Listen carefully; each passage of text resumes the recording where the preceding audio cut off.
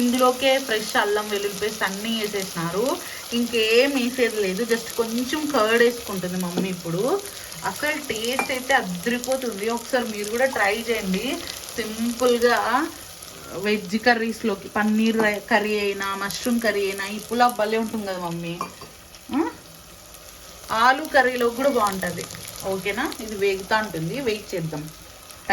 చూడండి కలర్ అయితే చేంజ్ అయింది కదా, కొంచెం అప్పుడే బ్రౌనిష్ అయిపోయింది చూడండి. ఇప్పుడు కొంచెం పెరుగేసేసుకోవాలన్నమాట. స్మెల్ అయితే అద్దరిపోతుంది, ముక్కులు పగిలిపోతున్నాయి. ఇప్పుడు ఒక గరిటెడైతే మేము పెరుగేసుకుంటున్నాము. పెరుగేసుకుంటే రైస్ అనేది అద్భుతంగా ఉంటుంది. కావాలంటే ఒకసారి మీరు కూడా ట్రై చేయండి. ఇప్పుడు పెరుగు వేసుకొని బాగా వేయించుకోదాం.